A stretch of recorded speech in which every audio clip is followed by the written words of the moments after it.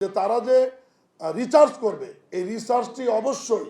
সৌর বিদ্যুতে হতে হবে, সৌর বিদ্যুতে, এবং সেটা নিশ্চিত করবে সিটি কর্পোরেশন এবং পৌরসভাগুলি। সৌর বিদ্যুতের বাইরে রিচার্জ করলে এই ব্যাটারি চালিত বা ই রিক্সাগুলোকে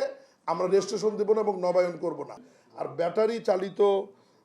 যে ই রিক্সার কথা বললেন, ই রিক্সার ব্যাপারে আইন পাস হয়েছে। আমরা বিধিমালা তৈরির জন্য একটা মিটিং করেছি, আমরা বিধিমালা করছি এবং ঢাকা শহরকে,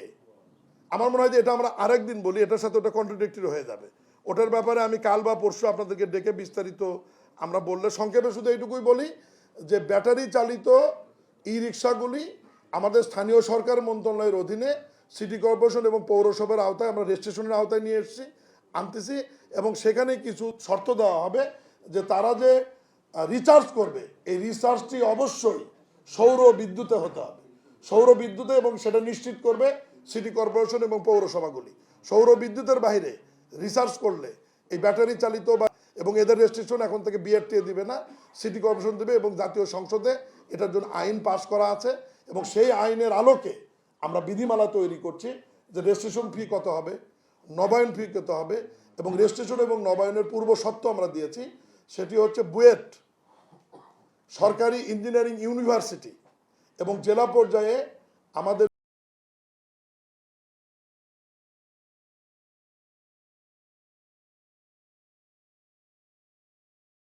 যে ডিপ্লোমা ইনস্টিটিউটগুলো আছে, আবারও বলছি সরকারি হতে হবে, এগুলো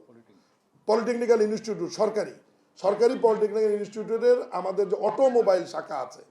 অটোমোবাইল শাখা থেকে তাদেরকে ফিটনেস সার্টিফিকেট নিতে হবে এবং এই ফিটনেস সার্টিফিকেট দেওয়ার জন্য এই প্রতিষ্ঠানগুলো একটা ফি পাবে, এটাও আমরা নির্ধারণ করে দেব এবং সেই ফির মাধ্যমে তারা ফিটনেস সার্টিফিকেটটা নিয়ে এসে ট্রাফিক পুলিশ সেখানে আবার প্রতিস্বাক্ষর করবে, একটি করে এটা সিটি কর্পোরেশন এবং পৌরসভাকে দিলে আমরা একটা ফি নির্ধারণ করে দেব। সেই ফিটি নিয়ে তারা তাদেরকে রেজিস্ট্রেশন প্রদান করবেন এবং 1 বছর শেষে গিয়ে আবার যখন নবায়ন নেবে, নবায়নের সময় আবার তার ওই ফিটনেসটি তাদেরকে আবার দিতে হবে, আবার নতুন করে ফিটনেস সার্টিফিকেট তাদেরকে দিয়ে আবার তাকে নবায়ন করে নিতে হবে। আর ঢাকাকে আমরা একটু সুন্দরভাবে সাজানোর জন্যে 8টা জোনে আমরা বিভক্ত করছি এবং দক্ষিণে 4টি জোন হবে, উত্তরে 4টি জোন হবে এবং এই 8টি জোনের ই রিক্সা আমরা বলছি, এটা আইনে ই রিক্সা বলা আছে, আপনারা যেহেতু ব্যাটারি চালিত বলছেন, যেটা যেভাবে বলেন আর কি, ইলেকট্রিক রিক্সা আর কি, যেটা এই 8টি জোনে 8টি রং থাকবে, 8টি কালার থাকবে এবং একটি জোনের ই রিক্সা বা ইলেকট্রিক রিক্সা আরেকটি জোনে যেতে না পারে, এই জন্য এটাকে আমরা না কালারও থাকবে আর ওই যে ই ফেন্সিং এর মাধ্যমে আমরা নিয়ে আসবো, জিও ফেন্সিং এর আওতায় এটা আমরা নিয়ে আসবো। এটা নিয়ে আমাদের অলরেডি ট্রাফিক পুলিশ, আমাদের সিটি কর্পোরেশনের ইতিমধ্যেই 3 দিন আগে মিটিং হয়েছে, আমাদের বিধিমালা তৈরি কাজ চলছে। বিধিমালাটি অনুমোদন হলেই আমি প্রিয় সাংবাদিকদের ভাইদের ডেকে আমরা পুরো বিধিমালাটাই আপনাদেরকে দিয়ে দেবো এবং এটা জরুরি ভিত্তিতে কার্যকর করবার জন্য সিটি কর্পোরেশন এবং ট্রাফিক পুলিশ যৌথ উদ্যোগ নেবে এবং তারা কোন রুট ব্যবহার করতে পারবে বা পারবে না এটাও বিধিমালাতে থাকবে এবং তারা সৌর বিদ্যুতের বাইরে অন্য বিদ্যুৎ চার্জে রিচার্জ করতে গেলে তাদের যে জরিমানা হবে সেটাও আইনে আমাদের থাকবে। এই সমস্ত বিষয় নিয়েই আমাদের একটা বিধিমালার কাজ, আমাদের তৈরির কাজ চলছে। আগামী সপ্তাহে ইনশাআল্লাহ আমরা মনে হয় যেটা দিয়ে দিতে পারবো। ধন্যবাদ স্যার। নির্ধারিত সময়টা কোনটার, এটা